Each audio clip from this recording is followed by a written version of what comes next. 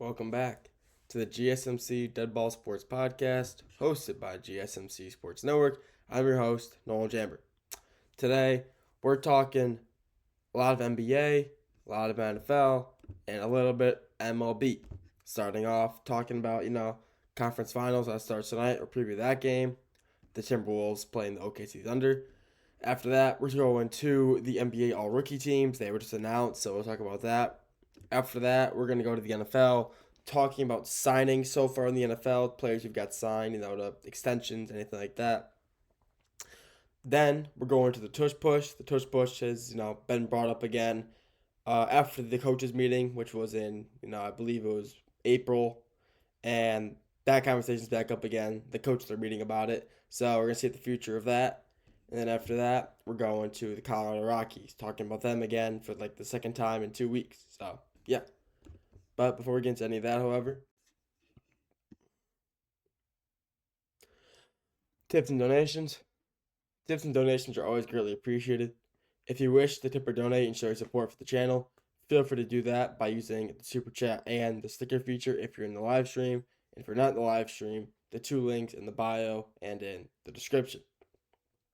Even if you don't wish to tip or donate and you still want to show your support, feel free to leave a comment in the YouTube comment section or live stream comment section. I like being able to respond, talk to the fans. So please feel free to do that. And so I can just be able to talk to you guys. That's what I'm here for. So, like I said, if you do wish to tip or donate and show your support, feel free, and you happen to be in the live stream, feel free to use that super chat and that sticker feature. And if you're not in the live stream, the two links in the bio and in the description. That being said, let's get in the topic number one for the day, with that being the NBA Conference Finals. Tonight, we have, but the yawns have already started, man. It's gonna be, I don't know. Every time I start streaming, live recording, the yawn just gets to me. So, who knows? But like I said, game one of the Western Conference Finals is tonight between the Minnesota Timberwolves and the Oklahoma City Thunder. And this is going to be a very, very good series. It really will be. These teams, their starting fives are so good. They really are.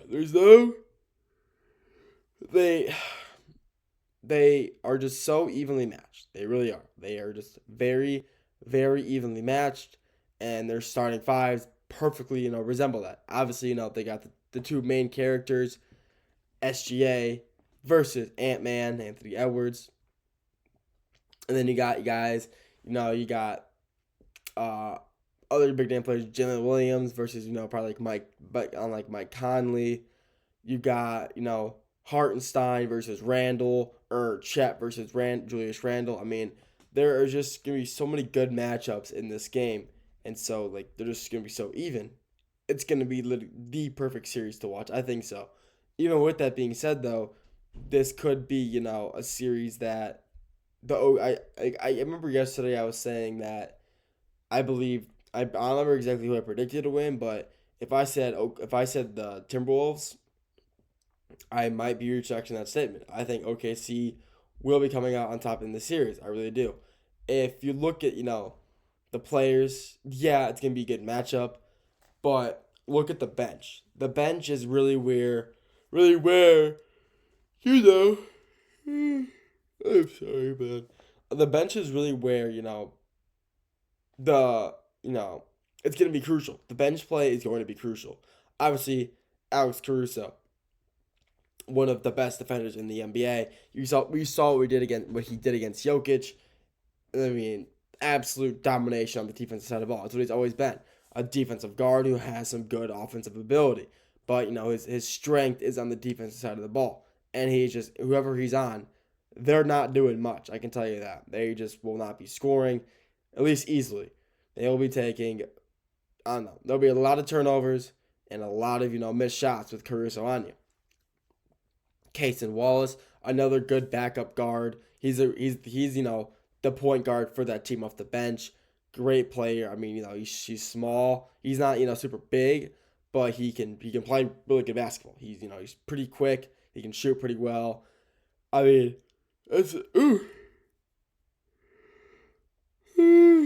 I'm just gonna get one really long yawn out. It would be good. Wiggins. I mean, you got Andrew Wiggins. I mean, great player. Obviously, phenomenal. He's been kind of thrown around the league a little bit, but he's really found himself a good spot in OKC. He's a great player for him, and he's a great bench player.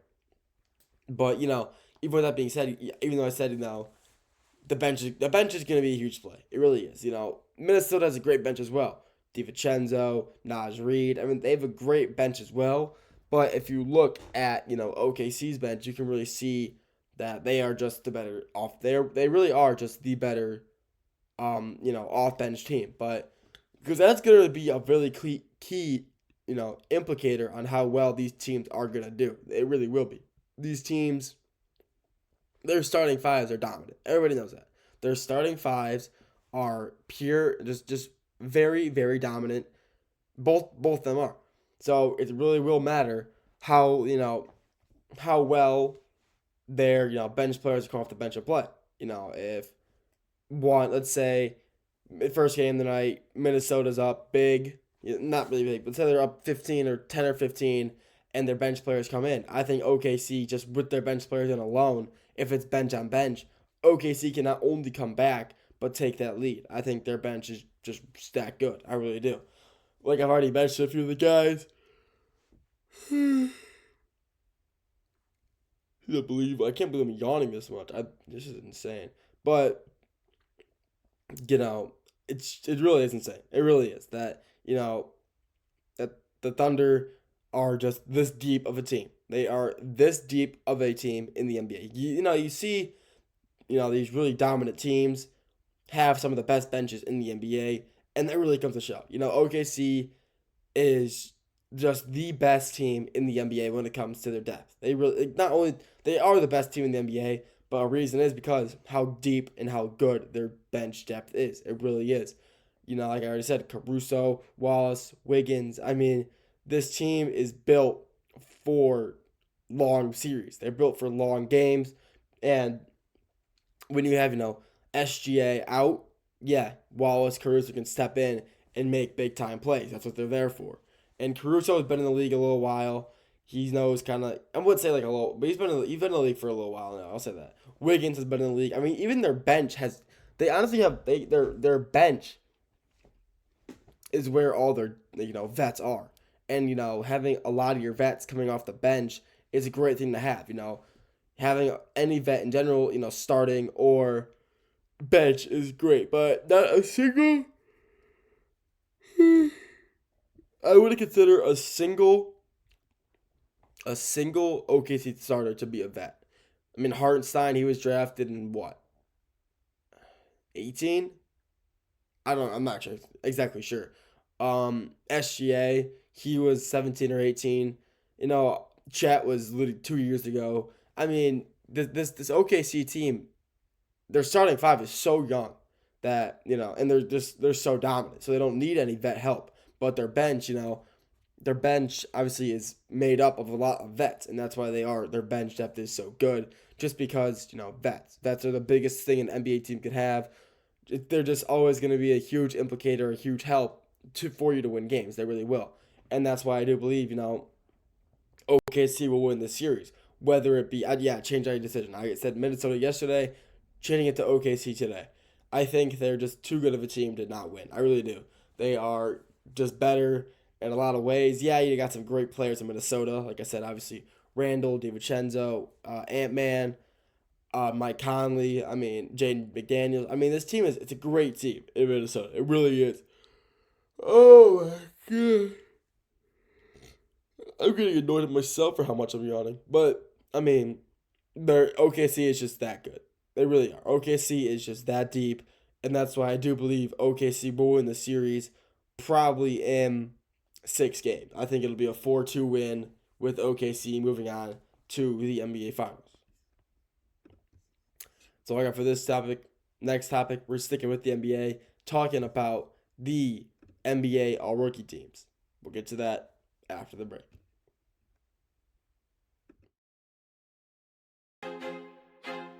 I feel like I'm losing my mind. Is everybody in the world blind? Please, Lord, give me a sign, a sign. feel like I'm losing my mind. Is everybody in the world blind?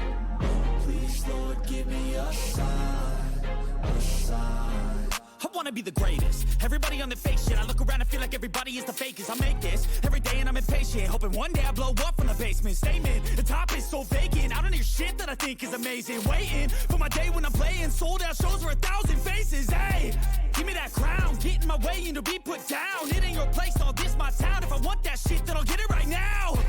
I'm losing it, the noose it fits, I'm losing shit. A stupid myth, you choose to live or choose to dip. You choose to fight or lose your grip and lose a gift. I feel like I'm losing my mind. Is everybody in the world blind? Please, Lord, give me a sign, a sign. I feel like I'm losing my mind. Is everybody in the world blind?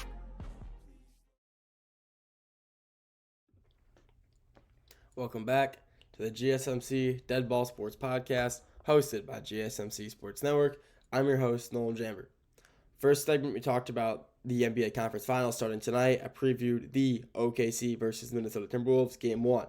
This segment, segment number 2, we're talking about NBA All-Rookie teams. They were just announced a few hours ago, so we're going to touch about that. Before we get into this topic, however, tips and donations. Tipping and donating is a great way for you guys to show your support for the channel. If you wish to tip or donate and show your support, and you happen to be in the live stream, feel free to do that by using the super chat and the sticker feature. And if you're not in the live stream, the 2 links in the bio and in the description.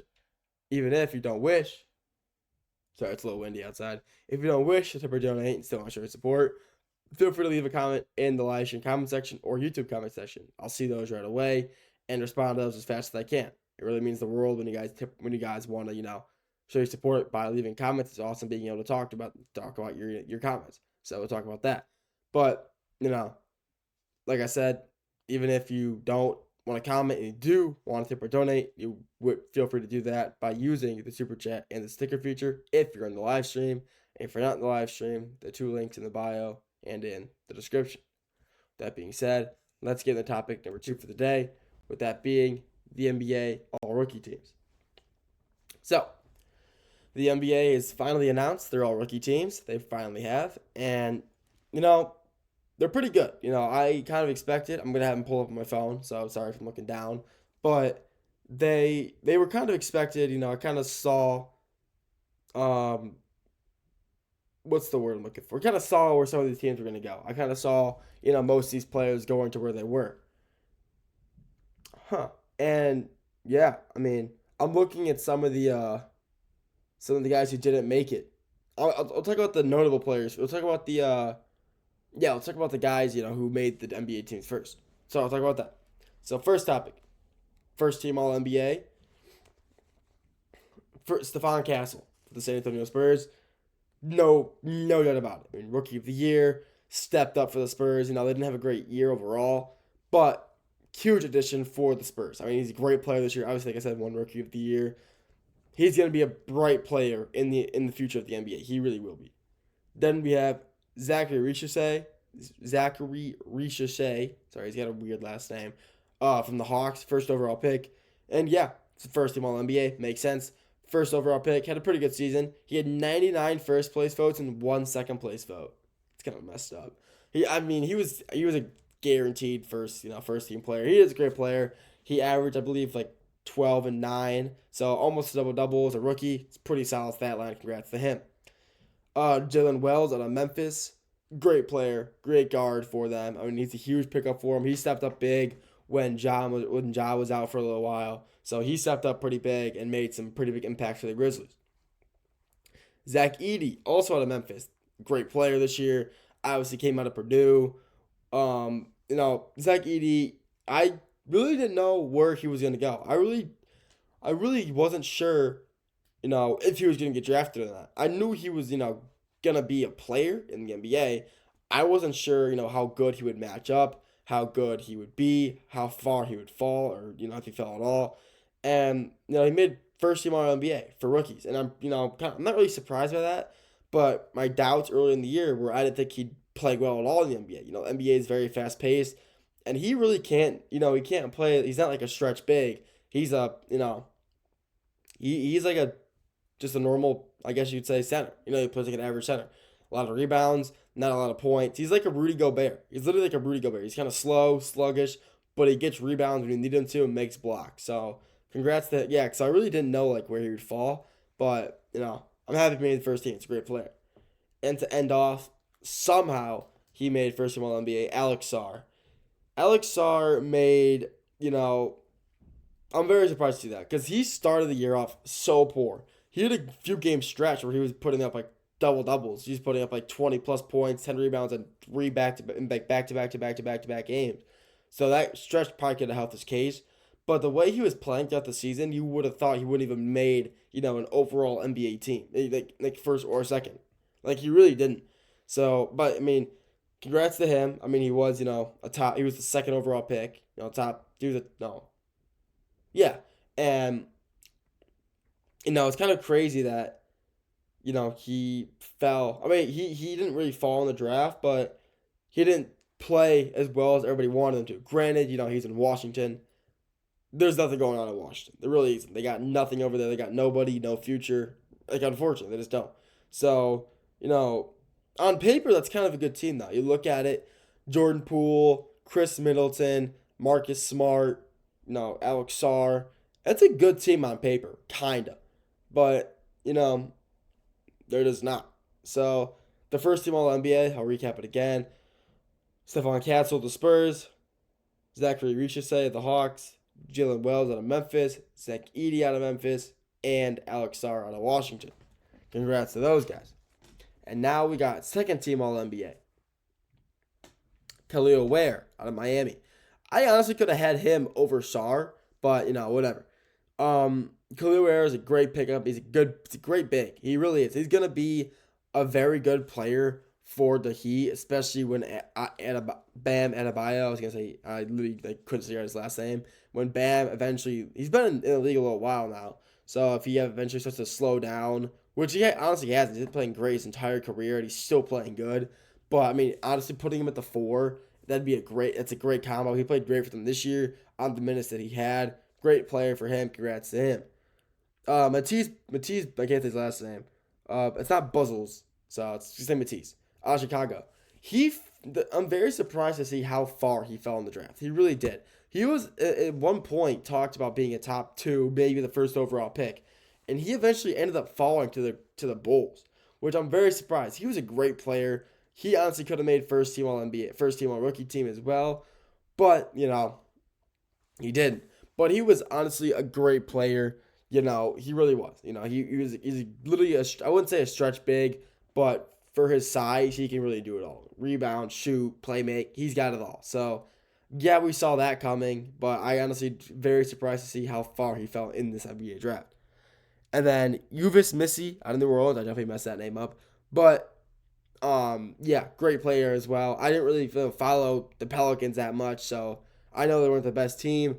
But, Missy was a pretty good add-on to their addition. He's a pretty good add-on for the team. Obviously, young guard, huge playmaker, made a lot of plays. The Pelicans were pretty injured this year as well. So, having him get a lot of minutes with them being injured, huge thing for them. Then, Donovan Clingan out of Portland. Great year this year. He was a great add-on for them as well. Great shooter. Did a lot, wet with that Shaden Sharp combo. Portland honestly is building a really good team. They really are. They have a lot going over there in Portland. Obviously Donovan Clingan. You have, Shaden Sharp. I mean, they really do have a lot going on in Portland, and they really could be a good team in the next few years if they decide to, keep some assets, maybe make a trade. Or if Dame never left, they would probably have made the playoffs this year. I think Dame leaving Portland was the worst thing that he honestly could have done for his career. Yeah, he wanted to trust the process. He didn't want to run from the grind. But I think honestly he should just stay at Portland. When the second he left, he just hasn't been the same. He really hasn't. No injuries. I don't know if that's he could kind of prevent that. But still, him leaving Portland was honestly just not the best for his career. And then Bob Carrington, also a Wizard. I didn't really follow him much this year, But I know him and Sar played pretty well together. They had some good chemistry built up. So, congrats to him. So I'll recap them both. First team All NBA, Stephon Castle, Stephon Castle out of say the team too. For the Spurs, Ricochet for the Hawks, Edie for the Grizzlies, Jalen Wells for the Grizzlies, and Alex Sar for the Wizards. First team. Second team All NBA, Kelly Ware for the Heat, Matisse for the Bulls, Missy for the Pelicans, Klingon for the Trailblazers, and Bob Carrington for the Washington Wizards. And now the other list is all NBA, all rookie team voting results for, honorable mentions. Guys who didn't make the team that, could have. I'm honestly very surprised they didn't. So let's talk about some guys here. Kyle Filipowski, Utah Jazz. He had a very good year. He really did. He was on a Utah Jazz team that has, like I've said, really has no future. They really don't have a lot going over there in Utah. Unless, if they had the first overall pick, could have get Cooper Flag, great combo. But, Filipowski had a great year. He really did. But obviously not good enough for, to make first or second team. He had a really underrated year. No, he was just a great player for the Jazz this year.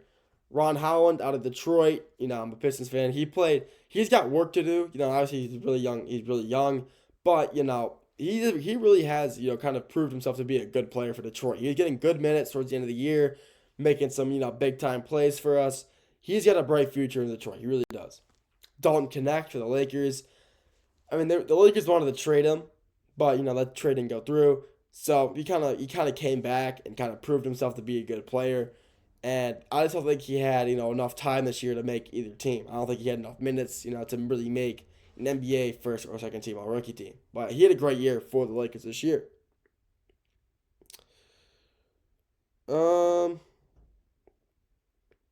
That's honestly really it. Isaiah Coulier out of the Jazz as well. He had a pretty solid season as well if you followed him.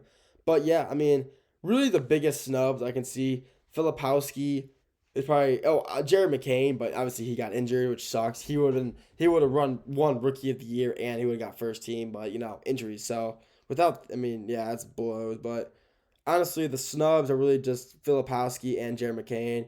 You can also, obviously Pistons fan, say Ron Holland. He didn't really deserve to be there, but I'm gonna say just because he deserved to be there. But some of the players in here had some pretty good, had some great seasons, but yeah. I mean, that's really it. For that segment, that's really it. The teams are pretty good. I think you can move a few guys here around. But other than that, I think that, the committee, they're pretty good. So, congrats to all the guys who made, first, second team All-Rookie NBA. It's a huge accomplishment. That's all I got for this segment. Next segment, we're going to the NFL. We're talking about, some offseason signings and extensions that have gone on so far. So, we'll get to that after the break. Looking for your daily fix of sports talk without having to pay for it? GSMC Sports Network is available on YouTube. Just search GSMC Sports Network. Get your fix of daily sports talk shows on YouTube, absolutely free. NFL, college football, NBA, MLB, MMA, UFC, fantasy football, and so much more.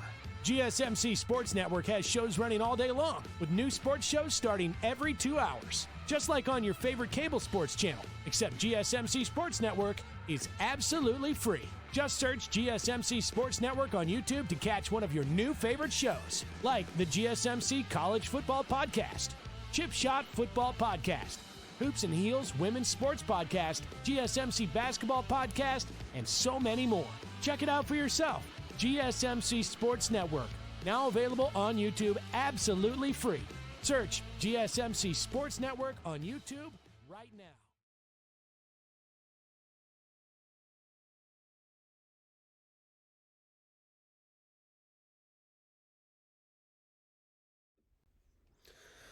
Welcome back to the GSMC Dead Ball Sports Podcast, hosted by GSMC Sports Network. I'm your host, Nolan Jabber. Segment number 3 today, we're going to the NFL. We're talking, NFL signing so far. But if you're just tuning in, we talked about NBA before this, the conference finals, previewed the game for the night, and just talked about the NBA all-rookie teams that were just announced.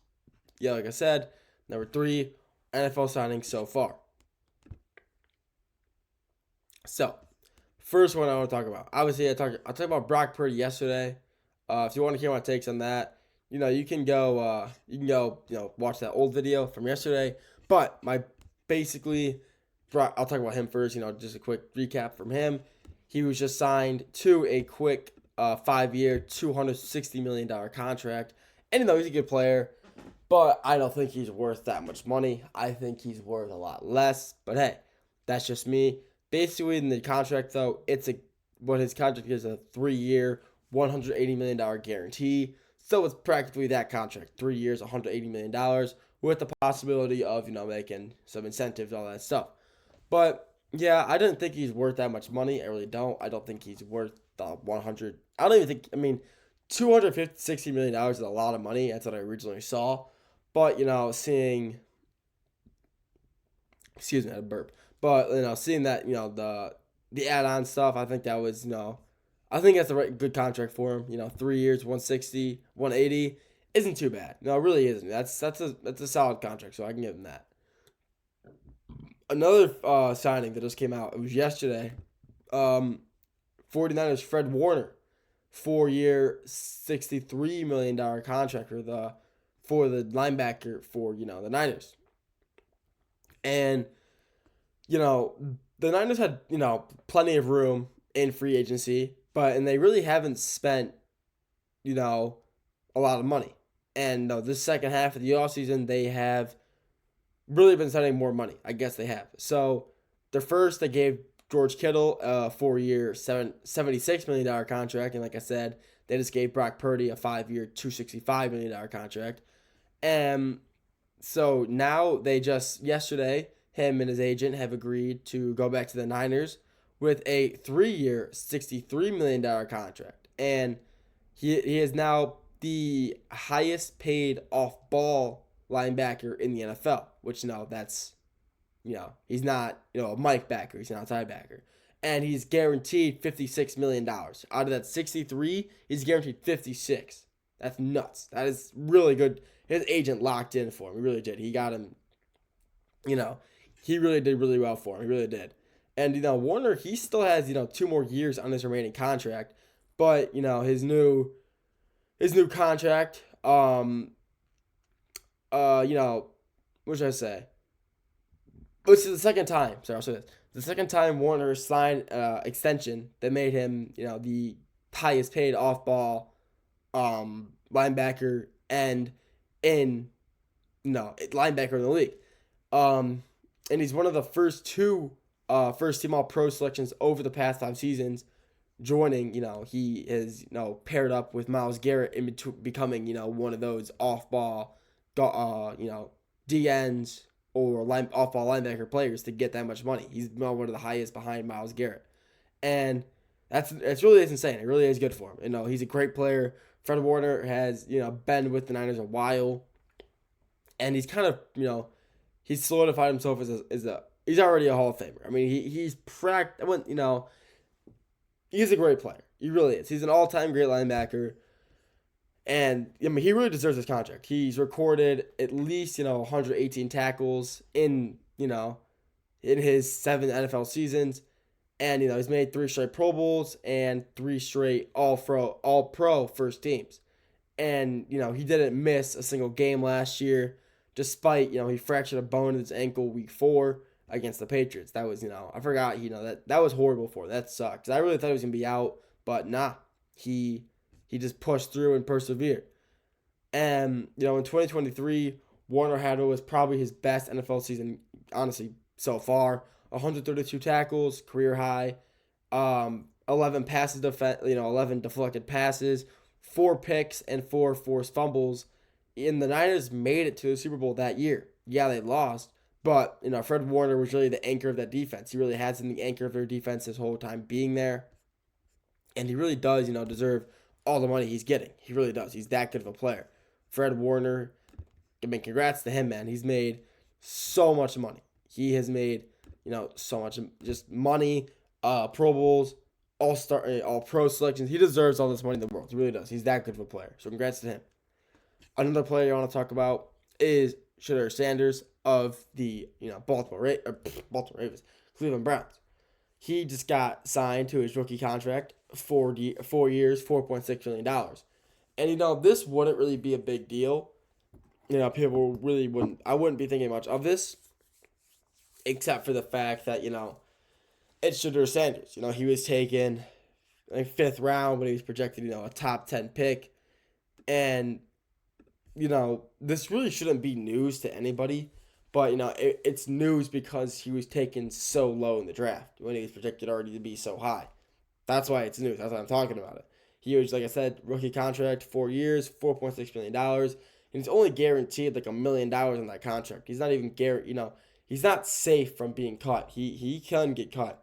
But, it's a matter of if the Browns want to keep him. And I think, he's got a lot to prove. Obviously he's a rookie. He's fighting against Dillon Gabriel, who was also drafted in the 3rd round with the Browns. And they're fighting for, they're fighting to keep their spots. And it's going to be a good matchup. These two are great quarterbacks. They're both phenomenal in college. Dillon Gabriel obviously was a Heisman candidate. And, it's just good to see him get paid because now he knows, he has a reason to fight. Yeah, he's been fighting this, training camp to get that contract extension, get that contract made to him, get that money. And now he's got a reason to fight even more. He's got to make sure he stays there all 4 years and maybe, renegotiates his contract midway through that to sign up for maybe a 3-year deal for like, $50 million, maybe even more. Depends how good he is. But, congrats to him. Much needed. Like I said, he didn't deserve to fall that far. He really didn't. Shedeur Sanders did not deserve to fall to the 5th round. He deserved to fall maybe to latest the 3rd, but 5th round is kind of crazy. It really is. If you watch his college tapes, you will know how good of a player he is and how dominant he was in college. No one needs to go out of their way to watch his college tapes to know how good of a player he was. He already is just that good of a player. He really is. So, congrats to him, obviously. Great player in college. Hopefully, he finds a home in Cleveland. Hopefully, he can, prove himself to be a great player in Cleveland, which I think he will.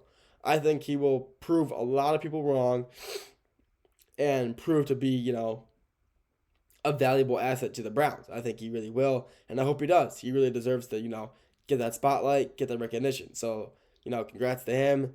That's all I can really say about that. Congrats to him. Hopefully, hopefully, I think I've been saying this for a little while. Him and Gabriel and Joe Flacco will really be the only quarterbacks they have. Kenny Pickett, he won't be playing. Deshaun Watson, he's basically out the entire year with another injury. So it'll be between him and Gabriel fighting for that 2nd spot, and then Flacco starting off the year most likely. Bringing back Flacco. Huge,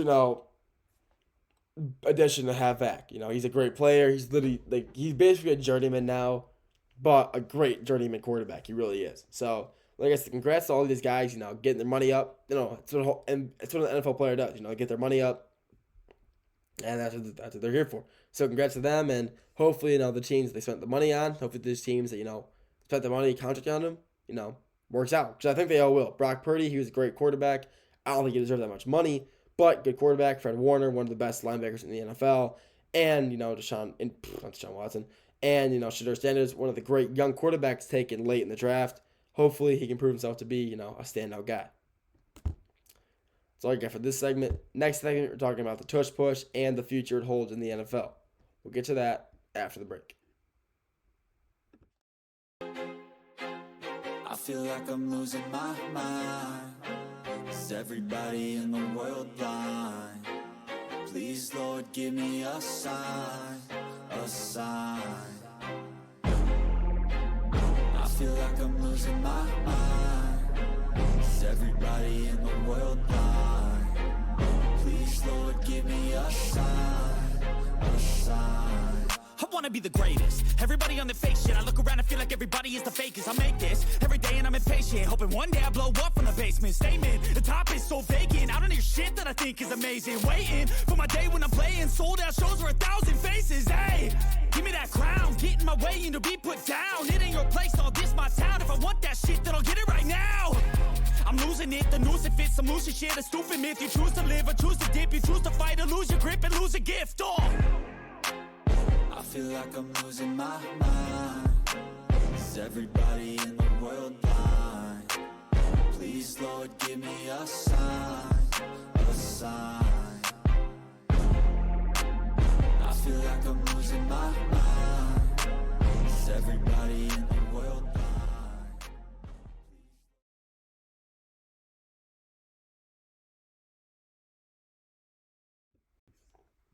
Welcome back to the GSMC Dead Ball Sports Podcast, hosted by GSMC Sports Network. I'm your host, Noel Jambert.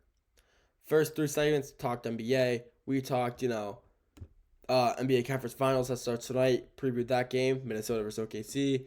Then talked about the all-rookie teams that just came out. Talked about, who I think really deserved it. We talked NFL last segment, signed some offseason signings and an extension so far. In this segment number 4, we're talking about the future of the Tush push in the NFL. The Tush push has been, been talked about a lot, recently. It really has. The commission, the NFL, they want to. A lot of coaches want to ban it.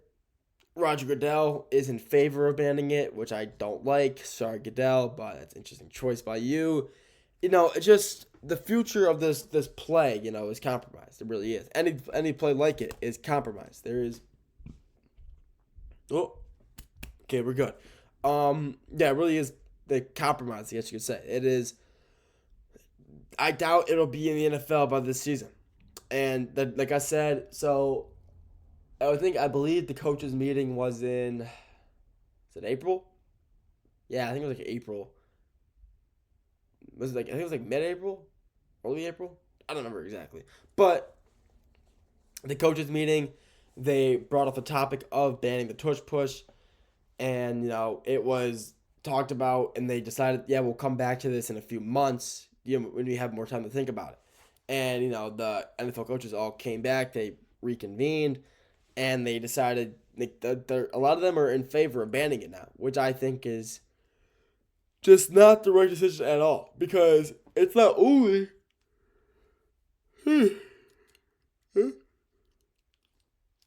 is the Tush push in jeopardy, but any play involving pushing players forward.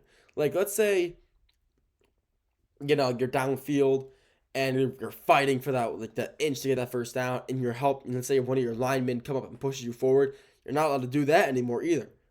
Supposedly, as part of the articles I've been seeing, you can't push your teammates forward anymore. You can't get behind them and start shouting them for extra yardage. You have to just let them go, which I think is absolutely ridiculous. I really think it is dumb, because the Tush push, the play itself isn't overpowered. It's not the play, and I've been saying this when I was talking about this a while ago during the coaches meeting about the topic. It's not the play, it's the players. If you have a team like the Browns, the Lions, or the Cardinals, or the Patriots, just any other team in the NFL who runs that play, it will not be nearly as successful as the Eagles run it. And it's not because, they're not running it right. It's because they don't have the right personnel. The Eagles' offense is built they just happen to have it built so they can run that play perfectly. Their offensive line is constantly, one of the best offensive lines in the league. They have just the strongest guys, some of the most vetted linemen. Jalen Hurts, he is the strongest lower body quarterback we honestly could ever see. He squats 650, 700. I mean, he is an absolute freak. He really is. He is an absolute freak. Pause. But, he's a great player. He really is. He is insanely strong, insanely quick. And the reason that play works is because of Jalen Hurts' just ability, his strength. It really is. His strength leverages his body forward when they're all pushing him. And, that's why it works so well. Let's say the Cardinals run that with, Kyler Murray. That play would maybe get a yard at most. Their offensive line isn't good enough. Kyler Murray not only isn't strong enough, he isn't big enough. Their backfield I don't think their running backs or tight ends, if they have a tight end personnel out there, I don't think that could help them, I really don't. I think it works so well, just like I said, because they're the player personnel they have out there is that good. Like I said, Jalen Hurts, his lower body and his overall strength, one of the best you've ever seen in a quarterback, could ever be in a quarterback. He's insanely strong. Their backfield, obviously Saquon Barkley, one of the other strongest lower body guys in the NFL. He also squats, for running back, 650 pounds. A normal running back is squatting, 335, 400. He's squatting lineman weight. Like, he is squatting lineman weight as a running back and a quarterback in Jalen Hurts. Insane. And like I've been saying, it's not the play, it's the players. They're the formation, and it just works so well because, the personnel they have out there with it. Like I said already, if you get a different team that run it like that, you can run it the exact same way against the same defense. Let's say the Eagles are playing the Cowboys. Let's say they run it compared to the Giants. Like I said, yeah, the Cowboys defense is decent. That's why I'm kind of comparing it. The Eagles run it. It's like a 4th and 2. They'll probably get it with maybe an extra yard or two. The Giants run it. They honestly probably won't get it, and if they do, barely, because whether it be Jackson Dart, Winston, or Russell Wilson, they're not nearly strong enough like Jalen Hurts, and also their offensive line is just not good enough compared to the Eagles to get the job done. I think it's just insane that they even want to ban this play. It's just these teams lose to it, and all of a sudden, it's a problem. Like, it's not it. You have if it's that big of a problem, you gotta build around it. You should see this team lining up a tush push formation. You should be able to not only kind of predict it. Okay, it's 4th and 1, 4th and 2 up in the Eagles. Okay, get tush push defense out there. Get your strongest guys, line them up. Look for maybe a wide receiver, tight end looking for a pop out. Looking for him to pop out and run. Get some open yard, find an open field for a fake. Because they did that too. They had they faked the tush push. They got under center, got the formation, 2 guys in the backfield ready to push, and then you had Jalen Hurts step back and just lob it up to I believe it wasn't Zach. It was their tight end. I believe the tight end. Maybe I forgot exactly who it was, but they faked it. And what you can do, have one of your linebackers spy, maybe your edge guy, maybe you have your receiver in the corner, have your linebacker maybe just line up on him and crack him, try to get him down or force him off the line of scrimmage so it can't fake it. And then get your strongest D linemen, get some of your best players, best linebackers, and just line them up. So just try to defend it. If it doesn't work, it doesn't work. But at least you know what you're trying. You can't just blame the play, and you can't blame the play because it's working against you. You have time to prepare for it. It's just that if it's that big a deal, prepare for it. That's really all I can say. If it's that big of a deal, you got to learn to adapt, learn to adjust to it, and build the personnel around to just stop that one play. That's really all I can say. And another, future of, a thing, like a spot, I guess you could say, or a type of play, onside kick. The onside kick has been getting talked about nowadays. Now you have to declare if you're kicking an onside kick, which I think and you can only do it in the 4th quarter. And now they're proposing that any team that's losing is allowed to do it whenever. And I think that's kind of cool. Imagine it's like second half or like second quarter. You're down like 7-14. You're like, screw it, we're gonna go for a onside kick. And now you don't have to declare if you're losing. You can just do it. And I think that's really cool. I really think it is. Just kind of throw your opponents off guard. I think it's really cool, and I'm fine with that. Onside kick is one of the most fun things to watch. It's one of the coolest things to watch in the NFL. Those guys, just kind of all rustling around for the ball, and it's just really fun. I love onside kick. And now if only the team that's losing the game currently can do it without announcing it anytime in the game, which I'm fine with. Throw your opponents off guard. I think that's really cool. I'd be completely fine with that. Onside kick should have never changed it originally, so you can do it whenever. I thought that change in itself was really, I didn't like it, but now with them being able to just do it whenever they want, if you're losing, go for it. I like that a lot. Yeah, the original change I didn't like. I didn't like how they changed it originally, so you have to declare it only be in the 4th quarter. But things change. People want to change it up a little bit. Go for it. I'm not gonna stop you, but this edition is huge. I like this a lot. In the tush push, yeah, like I said so many times before, I don't agree with it. It's the team It's the play, not the players. No, it's the players, not the play. Yeah.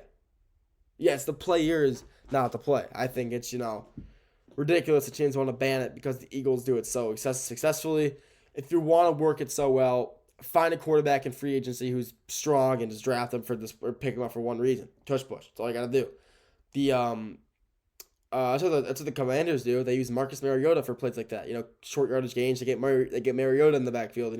They want to go for QB draw, be a tush push. It works for them last year. Teams got to be able to adjust and maybe run it themselves instead of banning it. Because I think it's just, like I said, really stupid, not smart. So like after this segment, next segment, ending it off, talking MLB. We're talking about the Colorado Rockies once again. So I'll get to that after the break.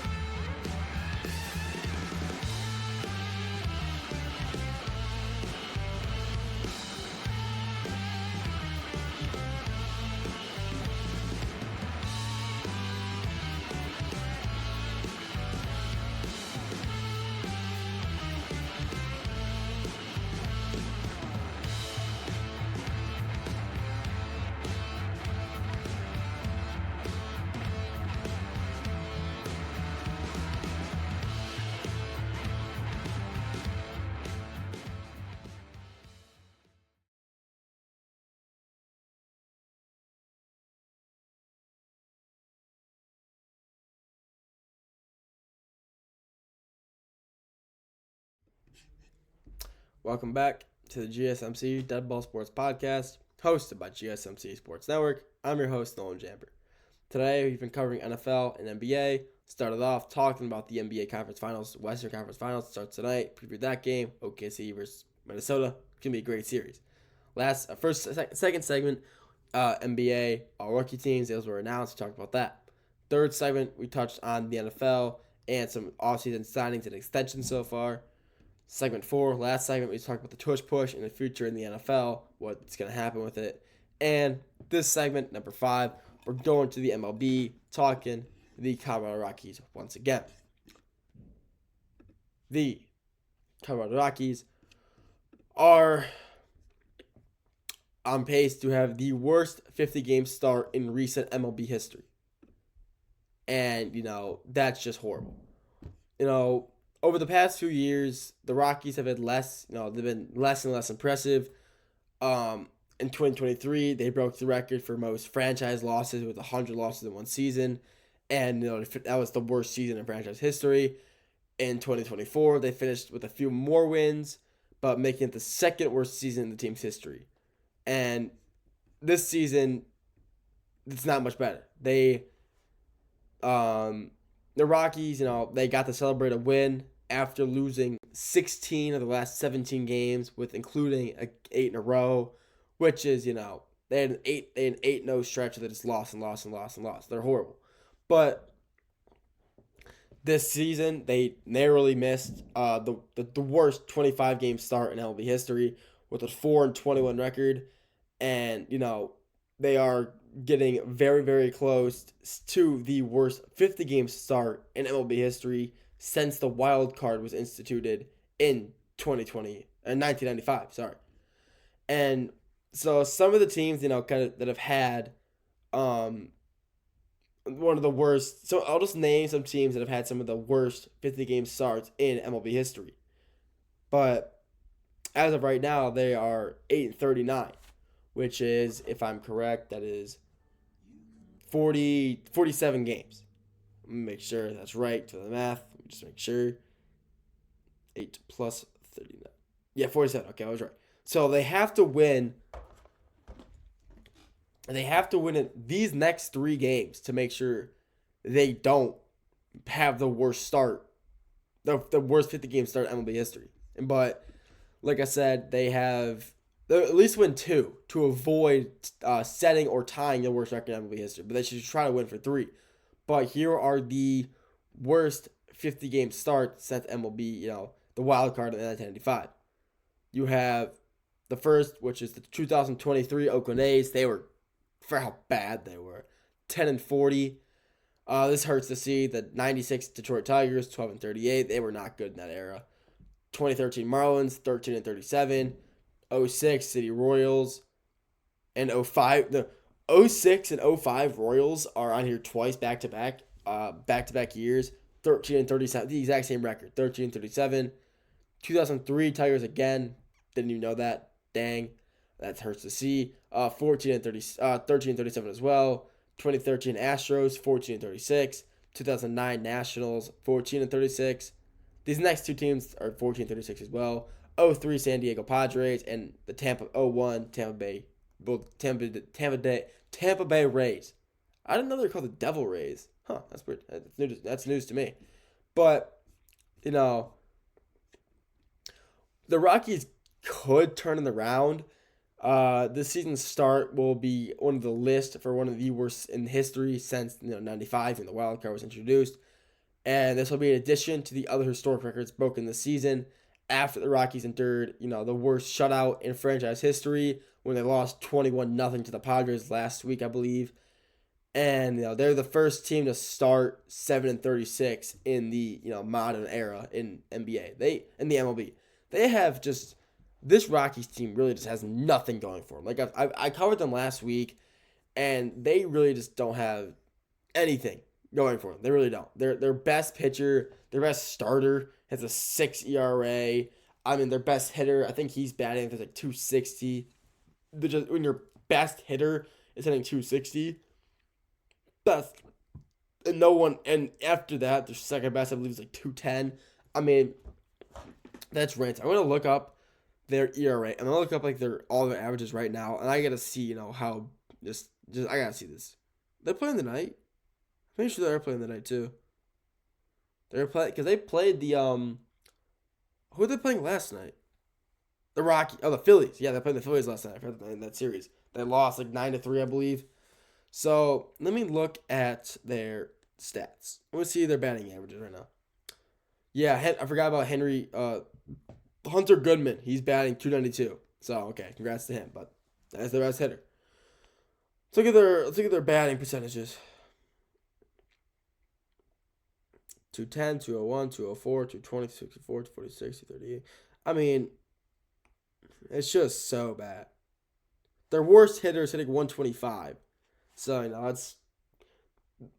The problem is, no one on their team is hitting exceptionally good. They're all just hitting very mediocre. 292. There goes some 292. And then their second best is 275. So, it's like no one on their team is hitting really good. That's the problem. They're all just hitting so mediocre that they just can't, find a way around, their problems. Their best pitcher's ERA is 6, or their best starting pitcher's ERA is 6, which is horrible. So, I mean, like I said in a few shows ago when I talked about them, they're horrible. They have no future. They really don't. Their farm is horrible. Their farm is one of the worst in the MLB behind the White Sox. They got no young stars. I mean, they're just no future there. It really sucks to say because they used to actually be pretty good, like in the 2010s, early 2000s era. They were a solid team in that time. They have a really cool field too. It just sucks, see a team like, a team that I actually used to enjoy watching. I'm not a Rockies fan, but when they were on, I would always, kind of enjoy watching them play because I really liked when I was like really young. I liked their jerseys a lot. The black and purple's are really cool. I like the mix, so I used to watch them a lot. But things change, and now they just stink, which sucks. But Rockies fans, I mean, I'm sorry. I mean, you guys are about to have possibly the worst start in MLB history, 50 games. I don't see you guys beating the Phillies. I really don't. I don't see you guys winning that. I think you guys had the worst start, and a 50-game start in franchise history. You've also had the worst blowout in franchise history, 21-0. That's just horrible. 21-0 that's a football score. That's nuts. But, I mean, yeah, if you're a Rockies fan, I'm sorry. But congrats. I mean, you're staying strong, so kudos to you, I guess. But I feel you, man. I was a fan of the 14-win Pistons team, so at least you guys got the Nuggets. So I'm lucky. At least you got the Nuggets. That's all I got for you guys today. Thank you for tuning into this episode of the GSMC Deadball Sports Podcast, hosted by GSMC Sports Network. Your continued support means the world, so please feel free to like, comment, and share with anybody you know. If you wish to stay up to date with all things GSMC, make sure to follow us on our social media, whether it being LinkedIn, Facebook, Twitter/X, Instagram, Snapchat, whatever. We're on it. Just get to social media, search GSMC Sports Podcast, hit us with that follow so you know when all of our content's coming out for the day. But like I said, thank you for tuning in. Have a great rest of your day, and I'll talk to you all very soon. Have a good one.